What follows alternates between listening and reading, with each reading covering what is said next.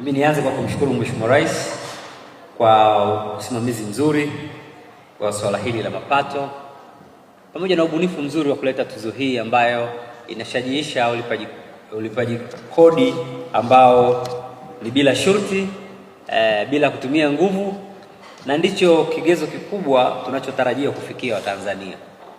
Lakini cha pili, nipongeze mamlaka ya mapato kuanzia Commissioner General mpaka wale tunaofanya kazi za kila siku hapa mkoani Mbeya kwa ubunifu mzuri wa ukusanyaji wa mapato, kuondoa lawama, kuondoa kelele na kuhakikisha amani inapatikana katika zoezi zima la ukusanyaji wa kodi. Mbeya tumekuwa mashahidi, mimi na mwaka wa 3 hapa, sijawahi kuletewa malalamiko ya kodi. Maana yake ni nini? Maana yake kwenye swala zima la kutoa elimu mmefanikiwa sana. Mbeya oye! Na mkiendelea kuweka nguvu hapo, migogoro haiwezi kutokea. Migogoro mingi huwa inachangiwa na mifumo yetu iko katika utaratibu ambao ni wa uelewa wa juu, na mingine iko kwa lugha ya Kiingereza na sheria zetu ambazo ni changamoto kwa watu wetu wengi ambao ndio wafanyabiashara wakubwa nyanda za juu kusini. Mbeya oye! Kwa hiyo niwasihi tunapotimiza miaka 30 tuendelee kujikita kwenye swala la kutoa elimu, kuhakikisha haturudi nyuma kwenye eneo hilo, na huyo ndio imesababisha mkoa huu kila mnapofunga kota zenu Mbeya mnakuwa mbele kwa kiwango kuliko ambavyo mmekadiriwa. Mbeya oye!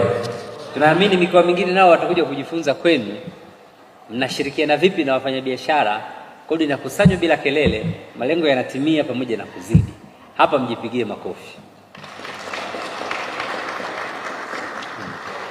Na kuongeza pia wale watakaobahatika kupata tuzo hii ya Mheshimiwa Rais, iwe chachu kwao pamoja na wengine, waendelee kudumisha ulipaji kodi bila shurti, ulipaji kodi unaostahili na kucomply na kila taratibu iliyowekwa, biashara iende vizuri na maisha mengine yaendelee. Mbeya oye! Nawapongeza pia kwa nafasi ya kipekee. Mkoa wa Mbeya tuna task force nyingi zinazopambana na tuna mianya mingi ya mpaka, kwa maana ya Malawi pamoja na huu unaotokea Tunduma. Hapa ndio let's say ni mji mkubwa kuelekea kwenye lango kuu la SADC.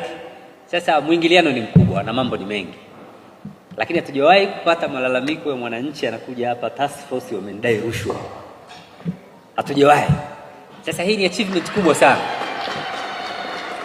Maana wale nao ni binadamu na vishawishi ni vingi, lakini wamekuwa weledi, wamekuwa wazalendo. Kwa tutumie fursa hii kuwashukuru na kuwapongeza. Tuendelee kudumisha majukumu yetu, tuijenge nchi yetu na tuendelee kuboresha majukumu ya mamlaka ya mapato Tanzania. Napenda kupongeza wewe binafsi na serikali ya mkoa kwa kuipa kipaumbele swala la usimamizi wa kodi, ukiwa ni mwenyekiti wa kamati ya kodi ya mkoa pamoja na kusimamia hizi wilaya zilizopo. Tumeendelea kufanya vizuri kama mkoa wa Mbeya. Vile na shukuru kwa maagizo na miongozo yako yote inayosaidia kujenga mahusiano mazuri na walipa kodi, hivyo kuongeza makusanyo ya kodi bila migogoro. Hongera sana Mheshimiwa Mkuu wa Mkoa na mwenyekiti wa kamati za mapato. Mafanikio yanatokana na walipa kodi wazalendo wanaojitolea kulipa kodi. Ndiyo maana tumekusanyika leo kuwatambua, kuwashukuru walipa kodi kwa uwajibikaji wao wa hiari. Mheshimiwa mgeni rasmi, katika maadhimisho hayo shughuli mbalimbali zimefanyika, ikiwa ni pamoja na matembezi ya hisani, semina, vipindi vya redio, kurejesha kwa jamii. Katika siku ya kilele leo tutashuhudia Mheshimiwa Rais Dr. Samia Suluhu Hassan akitoa tuzo za rais kwa walipa kodi bora jijini Dar es Salaam.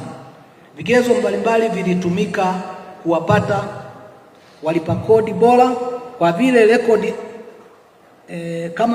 rekodi nzuri katika utunzaji wa kumbukumbu za kodi, kulipa kodi kwa hiari kwa wakati, matumizi sahihi ya mashine za kielektroniki EFD, kulipa kiasi kikubwa cha kodi, kutoa ushirikiano mzuri kwa Mamlaka ya Mapato Tanzania pindi inapohitajika.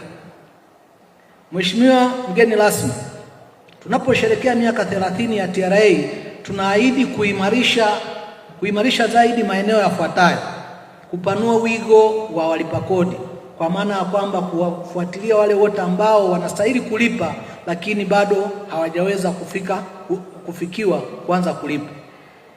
Vile vile kuongeza usimamizi wa matumizi sahihi ya mashine za kielektroniki EFD. 3, kuendelea kudhibiti biashara za magendo ambazo zinaathiri mapato ya serikali na afya za wananchi. Zinaathiri afya za wananchi kwa sababu ikitokea tumepata product kutoka nje ya nchi ambayo haikupimwa na taasisi zetu zinazohusika na upimaji, wananchi wetu wakilitumia wanaweza kuathirika kwa njia moja au nyingine. Nyingine ni kuboresha huduma na mifumo ya ukusanyaji kodi. Mamlaka ya Mapato tumeendeleza kutengeneza mfumo wa IDRAS ambao kwa sasa utaturahisishia wananchi, wataweza kujihudumia pale walipo na wataweza kuwa na uwezo wa kuiuliza mamlaka, kwa maana ya kwamba wanatuma maombi yao kwenye mfumo ili TRA waweze kuwajibu hata kama bila kufika kwenye ofisi za Mamlaka ya Mapato, wataweza kupata hiyo huduma. Pengine la kuongezea zaidi ambao natamani na kila mmoja wenalo, najua tunalo, ni ule utayari wa watumishi, na si watumishi tu, na wananchi kwa ujumla, kupokea kichombo kama chombo ambacho ni bora sana kwa ajili ya maendeleo ya nchi hii. Watumishi walipokea chombo hiki wakajitahidi kufanya kwa weledi. Si kirahisi sana. Kuna sadaka ilifanyika, kuna sacrifice ilifanyika kwa wale waanzilishi na watu wengine. Lakini cha msingi zaidi ilikuwa ni nidhamu na weledi. Mahali penye nidhamu na weledi, mara nyingi mambo yote yanafanikiwa katika taasisi yoyote ile, katika kazi zozote zile. Lakini zaidi hapo, lazima kuwe na element ya uzalendo na uaminifu. Bila uzalendo na uaminifu, iko kazi kubwa sana. Habari ya kusimamia mapato, kuna ushawishi mwingi. Vijana tunapata ushawishi mwingi, si vijana tu, pesa inashawishi vitu vingi. Kuna wakati mwingine watu wanahama kutoka kwenye ule uzalendo, wanapata vishawishi wanapotoka. Lakini cha msingi zaidi ni ule weledi na uaminifu na uzalendo. Tukikaa mbele, taifa linasogea mbele zaidi. Na hiyo ndio nguzo ambayo imefanya taasisi hii ipate heshima iliyonao mpaka sasa hivi, na endelee kutambulika, endelee kusimama kwa ajili ya kulipeleka taifa letu mbele.